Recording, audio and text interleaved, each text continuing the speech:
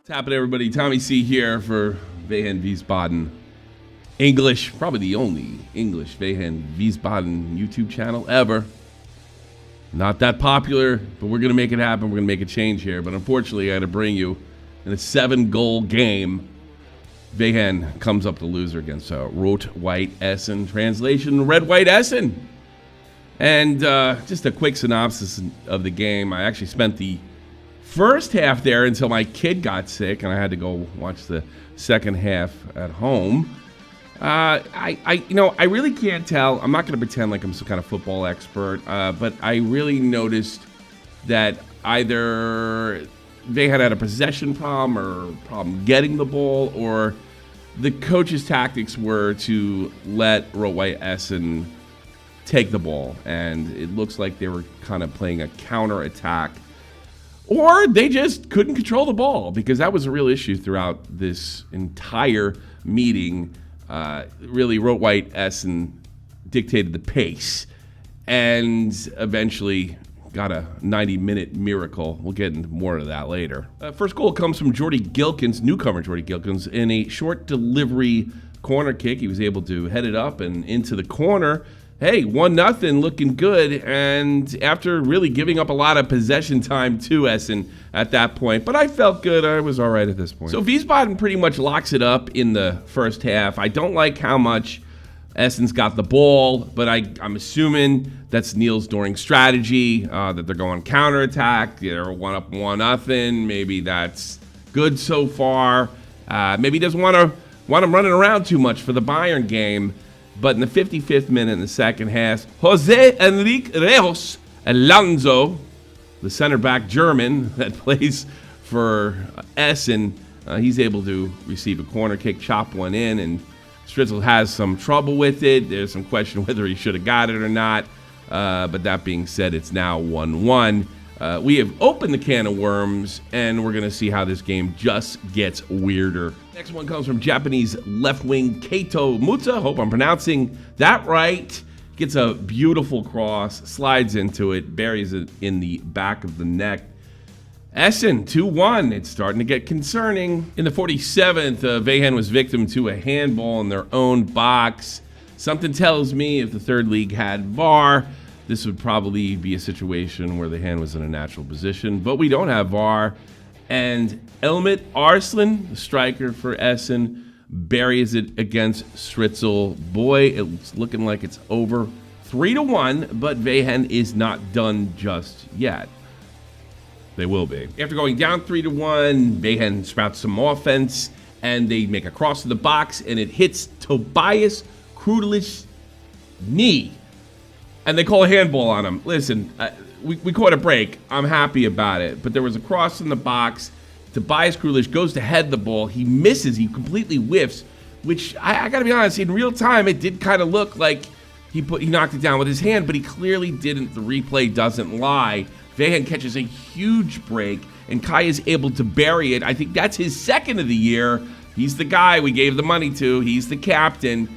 And he buries it. Wehen's right back in this game. And yes, we now are in the 70th minute, or the 70th minutes, for lack of a better word.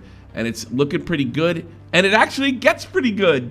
Nicholas Agrafiotis. I think I said his name right. Part of the reason I started this channel is because I want to learn to say hard names. I'm sure I butchered a few already. Nicholas Agrafiotis.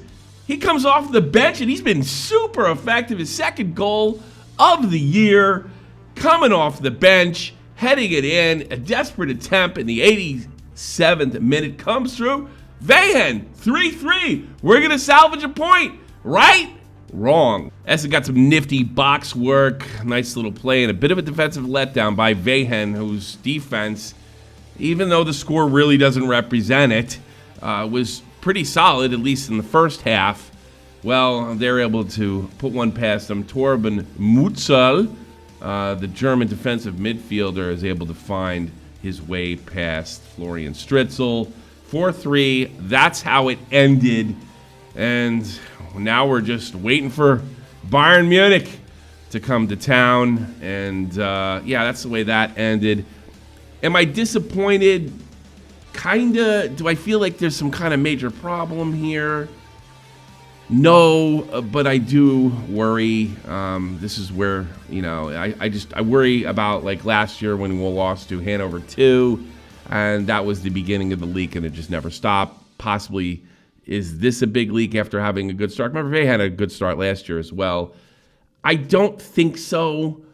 I wonder if there's a lot on their mind. Obviously, we have the Bayern game coming up. That's got to be weighing on their minds. I mean, this is a once in a lifetime opportunity to play some of the best players in the world and maybe really some once in a lifetime generational football legends.